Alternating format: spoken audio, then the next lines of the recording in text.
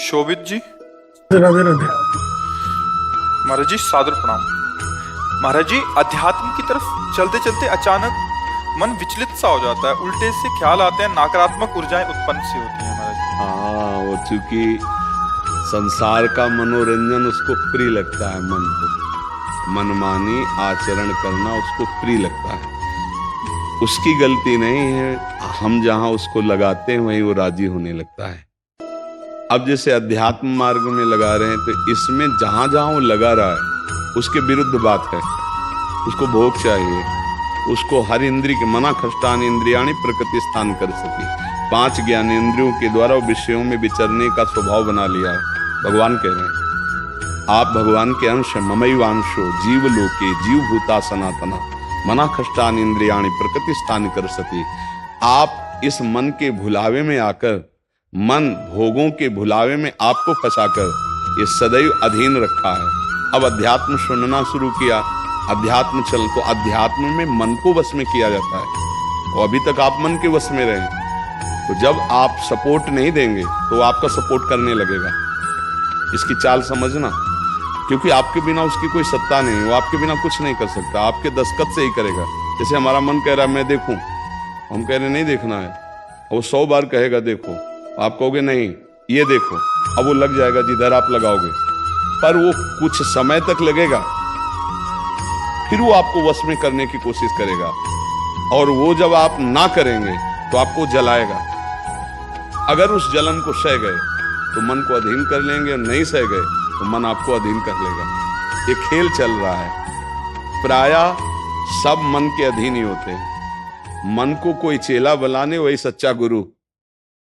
दूसरों को तो चेला बनाना सहज है, मन को जो चेला बना ले वही सच्चा गुरु। मन ने सबको चेला बना रखा है, नहीं बना रखा, जैसा जैसा कहता है वैसे ही करना पड़ता है। और बड़ा बात यह है कि मन को हम जैसा कहें शास्त्राज्ञा से वैसा चला ले तो महात्मा, वही गुरु, वही भक्त। नहीं तो भाई भेष चाहे जो हो, और मन के अधीनता से मुक्त होना बहुत कठिन होता है। कोई बिरला मन को अधीन करके भगवान की प्राप्ति करता है।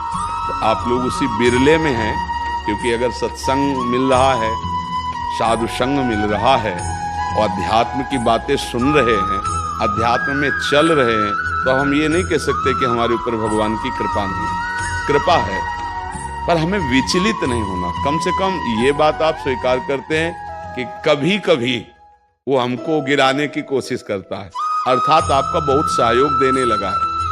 तो एक समय था कि हम पूरे उसके अधीन थे, आज है कि आधा आधा हो गया है। आधा वो हमारे अधीन हो रहा है और आधा अपने अधीन करना चाहता है। तो चढ़ाई और चढ़ते जाओ, उसके पॉइंट कम करते जाओ, अपने पॉइंट बढ़ाते जाओ कि अब 60%, अब 65%, अब 70%। फिर जिस दिन 100% तो तुम्हारे अधीन हो गया, उसी दिन भगवान के आनंद का जो स्वरूप है वो प्रकाशित कर देगा। अब ये लड़ाई बहुत जोर की है, छोटी मोटी लड़ाई नहीं है। वो छोटा मोटा शक्तिशाली नहीं, बहुत शक्तिशाली है। क्या? आपको सपोर्ट देगा, राधा राधा राधा, फिर धीरे से आपके सामने रखेगा। देखो इतने दिन जब करते हुआ कोई सुख तो नहीं मिल रहा, इसको भोगो, अभी आनंद आ जाएगा। और देखो ये भोग आपके पास व्यवस्थित है, देखो ना, अभी आनंद आ जाएगा। अच्छा, अब रुका राधा नाम, अब वो उस भोग में ले गया। अब राधा नाम जपना चाहोगे तो अच्छा नहीं लगेगा, अरुचि, वो अपने अधीन करता चला जाएगा। कोई विवेकवान गुरु कृपा पात्र इसकी ये चाल समझ जाता है, अरे अरे मुझे तो पुनः फंसा रहा है, गिरा रहा है। नहीं नहीं नहीं, राधा राधा राधा राधा राधा राधा राधा राधा राधा, तब बचा जा सकता है। ये बहुत प्रवीण है मन, बहुत फुसला के फंसाता है। ऐसे ही फंसाता है कि देखो देख लेंगे, छुएंगे थोड़ी, नजदीक पहुंचा जिस विषय का छू लेंगे, कुछ होगा थोड़ी, और धीरे धीरे धीरे वो तुम्हें लगेगा कि यार गलती हो गई, ऐसा क्यों हो गया, ऐसा यूं हो गया कि उसकी चाल को नहीं समझ पाए हम, उसकी चाल को नहीं समझ पाए। हर एक इंद्री के साथ ये जुड़ा हुआ है। ये सुन लेंगे, ये देख लेंगे, ये छू लेंगे, ये भोग लेंगे, इन्हीं इंद्रियों के कारण हमें परमात्मा प्राप्ति नहीं हो रही। यही इंद्रियां भोगों में फंसाए हुए हैं और उसका मुखिया ये मन है और ये बहुत चतुर मंत्री है आपका मंत्री। पर ऐसा समझ लो कि भोला राजा और चतुर मंत्री, तो उसकी दुर्दशा कैसी होती राजा की। जो सलाह देता है वैसे ही कर देता है और फंसता चला जाता है, और मंत्री अपने को बलवान बनाकर केवल नाम मात्र का राजा उसको बनाए हुए सारा काम वही कर रहा है। देख लो आप, नाम मात्र के आप जीवात्मा भगवान के अंश हो, सारा काम वही मन कर रहा है। हमारा मन कर रहा है आज ये खाएं तो हम खाएं, नहीं ये मन की मांग है, तेरी मांग नहीं है। लेकिन ऐसा कौन भेद पैदा कर पाता है। अब मेरा मन कह रहा है आज ये देखा जाए, तो अब भाई देखा जाए। मेरा मन कह रहा है, तो कभी कभी मन अच्छा सपोर्ट करता है। जैसे आपको मन ने ही कहा चलो चलते हैं सत्संग में, बाबा के पास बैठते हैं वृंदावन में, तो अच्छा सपोर्ट दिया ना। वो सपोर्ट ना देता तो आप नहीं आ पाते। बस इसको अच्छे सपोर्ट के पॉइंट में लगाते रहो, और जब बुरा सपोर्ट करे उस समय सहना बहुत कठिन होता है। अगर मन ने ठान लिया कि अब ये करना है और आपने कह दिया ना, तो आपको जलाना शुरू करेगा, और उस जलन को जो सह गया, यम ही न व्यथ्यन्ते ते पुरुषम पुरुषर्षव सम दुखा सुखा धीरम स्वमृतत्वाय कल्पते। उस जलन को जो सह गया सो भगवान को प्राप्त करने की सामर्थ्य रख लेता है। बहुत कठिन है मन की जलन को सहना। बाहर के थप्पड़ सह जाना सही, लेकिन मन के थप्पड़ सहना बहुत कठिन, सबको गिरा देता है। इसका बहुत विचित्र बल होता है, और इससे बचने का केवल एक उपाय है, नाम जप न छूटे और ये स्वीकार मत करो कि मुझे चाहिए। जैसे मन कह रहा है आज उस होटल में चलते हैं, अब रसेंद्री और मन एक हो गया है। अब आपको लगता है मेरी मांग है, तो बोले भाई आज मेरा मन कह रहा है यही, आज मेरा मन कह रहा है कि आज उस होटल का भोजन होना चाहिए। अरे तेरा मन कह रहा है, तू खुद कह रहा है, अब उसमें निर्णय करो सही है कि गलत। अगर गलत लग रहा है इसकी चाल, तो आप मत जाओ। घर में रोटी दाल बना, इसको अच्छा नहीं लगेगा, ये 100 बार कहेगा नहीं, तो आपको नहीं भाई आज तो यही खाना पड़ेगा। कल भले विचार करेंगे, कल विचार करेंगे आपकी बात पर आज नहीं, आज तो ऐसे बस में करना होता है। एक साधु के मन में आई कि खीर मिले, बहुत दिन से नहीं मिली। मन है कभी कुछ भी सोच सकता है, बहुत व्याकुलता हो गई, बस खीर खीर खीर। तो एक भगत के यहाँ गए, 10-5 गाय भैंस बंधी थी। उनका कि आपकी श्रद्धा है संतों पर? उनका महाराज आदेश कीजिए। तो बोले 10 संतों के लिए खीर बना सकते हो आप? बोले 20 घर का दूध है, हम 20 संतों के लिए बना देंगे। बोले हम 11 बजे आएंगे दोपहर के, आप बना के तैयार रखिए। वो अकेले आए, तो उनका और संत? बोले और संत यही है सर। अकेले कमरे में बैठे 20 संतों की खीर, और कहा आप लोग बाहर हो जाइए, हम एकांत में पाना चाहते हैं। वो पाए, तो भाई 20 संतों के लिए खीर बनी, मतलब 20 पेट भर जाए। तो पाए, फिर एकदम यहां तक हो गए तो उल्टी हो गई, फिर मिलाया उसे। फिर मन कह रहा नहीं अब खीर नहीं चाहिए। बोले नहीं, खाओ खाओ। रोमांच हो गया, नहीं खाएंगे एकदम। तो बोले जिंदगी में खीर का नाम मत लेना, जिंदगी। तो या तो ऐसे उतरो, या तो ऐसे उतरो। इसको वश में करना बहुत अच्छा। एकदम विरोध भी नहीं कर सकते आप इसका, चल ही नहीं पाओगे। इसका विरोध भी एकदम नहीं कर सकते, सपोर्ट भी करना पड़ेगा। तो अच्छी बात में इसका सपोर्ट करो। अब कह रहा है जैसे हमें आज मीठा खाना है, ठीक है तुम्हारी मांग बुरी नहीं है। गए किसी अच्छी दुकान से लिया, ठाकुर जी को भोग लगाया, खाली, तो उसका सपोर्ट हो गया। अब वो बुरी बात कह रहा है, अब नहीं मानेंगे। उस समय जो जलन हो उसे सह जाओ, बस यही साधना का है। मन को अगर अधीन कर लिया तो बात बन गई।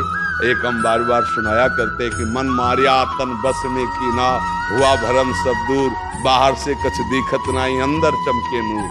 आपो त्याग जगत में बैठे नहीं किसी से काम, उनमें तो कछु अंतर नाई, संत कहो चाहे राम। वो गृहस्थी में भी है।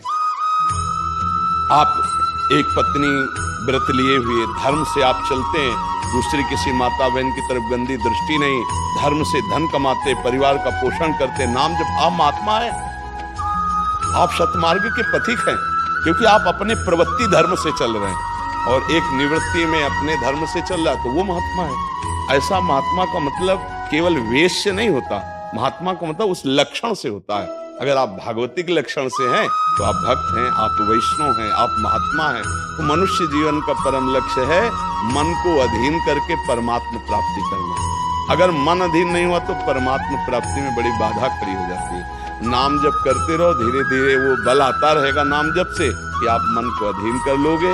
नहीं तो पीछे वाले बैच में यही कह रहे थे कि जितनी जेल भरी है ये सब मन से ही भरी है। नहीं बोले ऐसा क्यों किया? बोले मन ने कह दिया, आप क्या करें, हम तो कहते थे नहीं करना, पर इस मन ने फंसा दिया। तो बोले 20 साल की सजा, अब भोगो जेल। मन की एक हरकत ने पूरा जीवन बर्बाद कर दिया, मन की एक हरकत ने फांसी पे चढ़वा दिया। वही मन की तो हरकत है। तो हमें लगता है बहुत होश में रहा जाए, ये जो मंत्री है सलाहकार मन, इस पर नजर रखी जाए कि इसकी गलत सलाह पे दस्तखत ना करो। और अगर आप स्वीकृति नहीं देंगे तो कुछ नहीं कर पाएगा, पक्का समझना। आपकी स्वीकृति से ही होता है जो कुछ होता है। आप जहाँ कह देते हैं कि चलो अच्छा ठीक है, बस फिर आपकी कोई गम नहीं है, वो आपसे करवा के मालेगा। इस तरफ बलवान मन है, बड़े बड़ों से करवा लेता है। आप तो मान लो गृहस्थी में हो, जिसने आजीवन भगवान का मार्ग चयन किया है उसको भूल में डाल देता है, गलत मार्ग में ले जाता है। आप तो गृहस्थी में मान लो आपसे चूक होना स्वाभाविक है, क्योंकि प्रपंच माया प्रपंच में जिसने जीवन भर के लिए नियम लिया है उससे भी चूक करवा देता है। बड़ा विचित्र मन है। हाँ, अगर मन कहीं अधीन हुआ है तो भगवान का आश्रय लेकर और विवेक के द्वारा इसे अधीन किया जाता है। और विवेक ये बाजार में मिलता नहीं है, ये सत्संग से मिलता है। जैसे आप सुन रहे हैं, बिन सत्संग विवेक न होई और राम कृपा बिन सुलभ न सोई। सत्संग होता है भगवान की कृपा से, और सत्संग से मिलता है विवेक, और विवेक से मन का शासन निर्णय किया है, तू गलत सलाह दे रहा है और मेरी मांग नहीं तेरी मांग है, मैं इसको रिजेक्ट करता हूं, नहीं पास करता हूं। बस वो कुछ नहीं कर पाए। पर इतना ज्ञान नहीं रहता भैया, जहां वो मन से आज गरम गरम कचौड़ी दाल की हो और फिर चटनी हो, फिर अब आप खोज करोगे कहाँ बन रही है, हम खरीद के खाए। मन ऐसे ही फंसा रहा। आप देखो ना, अपने घर में सब भोग सामग्री है, लेकिन जिनका मन, जो भजन नहीं करते, जो सत्संग नहीं करते, उनका मन गंदे आचरणों में फंसा है। घर में वो सब भोग सामग्री धर्म पूर्वक भोग करके वो भगवान को प्राप्त कर सकते थे, लेकिन वो अधर्माचरण, कलह, अशांति घर में है, और उनका मन कहाँ ले जाता है? गंदे गंदे जगह उनको फंसाए। ये मन की चाल है। आपके घर में है, धर्म पूर्वक भोग सकते हैं, लेकिन आपसे अधर्म करवाता है, पापाचरण करवाता है। आप विचार करो क्या है इन शरीरों में, क्या है, या उन भोगों में क्या है? कितना भोगोगे? चाहे जितना भोग लो, कभी तृप्ति होने वाली नहीं। और धर्म से चलोगे तो एक दिन इनसे निवृत्ति हो जाएगी, तृप्ति तो नहीं, निवृत्ति हो जाएगी, और आप प्रभु को प्यारे, प्रभु के प्रियजन बन जाएंगे। यही मनुष्य जीवन का लाभ है कि हम कमाई करने आए धर्म की, पुण्य की, नाम की, भगवान का नाम जप करके मंगल करने की, पर ये दिमाग में नहीं रहता। और यही लगता है जितना धन हो जाए, जितनी भोग सामग्री हो जाए, खूब भोगे, मौज से जिए। पर अधर्म आचरण करने वाला कभी मौज से नहीं रह सकता। ये शब्द याद रखो, चिंता, भय, शोक, घबराहट, दुख, ये उसको कभी छोड़ेगा नहीं जो पाप कर्म करता है। अचानक बेमतलब की कल्पना भय की सवार रहेगी और धीरे धीरे वो मन डिप्रेशन में पहुंचने लगता है। क्यों? क्योंकि पापाचरण हो जाता है। और घर के किसी व्यक्ति से ठीक से बात नहीं करेगा। क्यों? अंदर से डिस्टर्ब हो चुका है। ये क्यों हुआ? बोले पापाचरण से हुआ। आज बहुत ज्यादा लोग डिप्रेशन में जा रहे हैं, बहुत ज्यादा लोग। इसका कारण जानते हो क्या है? यही मनमानी आचरण। मनमानी आचरण बचपन से शुरू हो जाता है, गंदा आचरण, गंदा व्यवहार, और वो दिमाग काम नहीं करता। एक प्रियता हमारे अंदर होती है कि कोई हमें प्यार करे। आप समझ ना, एक हमारे अंदर प्रेम की मांग होती है कि कोई हमें प्यार करे। नौ किशोर अवस्था में, जब यौवन अवस्था का, अगर उस समय हमें गलत संग मिल गया तो विक्षिप्त हो जाता है चित्त। अच्छा, प्यार कोई समझ पावे तो मुश्किल की बात है। प्रेम का निर्वाह तो सिर्फ भगवान करते हैं, या भगवान प्रदत्त ऐसा कोई दे दे जो प्रेम का निर्वाह करे।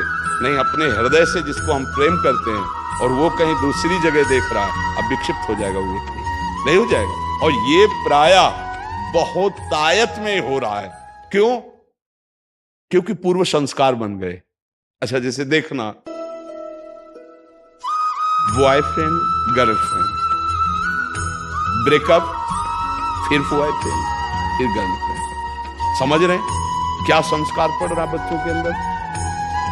अब वो जब वर्ण करेंगे एक पति का, तो उनके अंदर निष्ठा आ पाएगी, वो संयम से चल पाएंगे, वो एक गृहस्थी को संभाल पाएंगे, वो अपने पति या पत्नी पर पूर्ण प्रेम कर पाएंगे? नहीं कर पाएंगे। क्यों? क्योंकि आदत खराब हो चुकी, संस्कार खराब हो चुके। अब ये हमारे समाज में ज्यादा फैल रहा है, नहीं फैल रहा है। अब जहां मन को संयम में लाने की बात आती है, वहां मन को तो हमने पहले ही रद्दी कागज बना दिया, पहले ही हमने उसको गंदा कर दिया। अब कैसे हो सकता है? गृहस्थी बहुत पावन मार्ग है, कोई ऐसा नहीं है।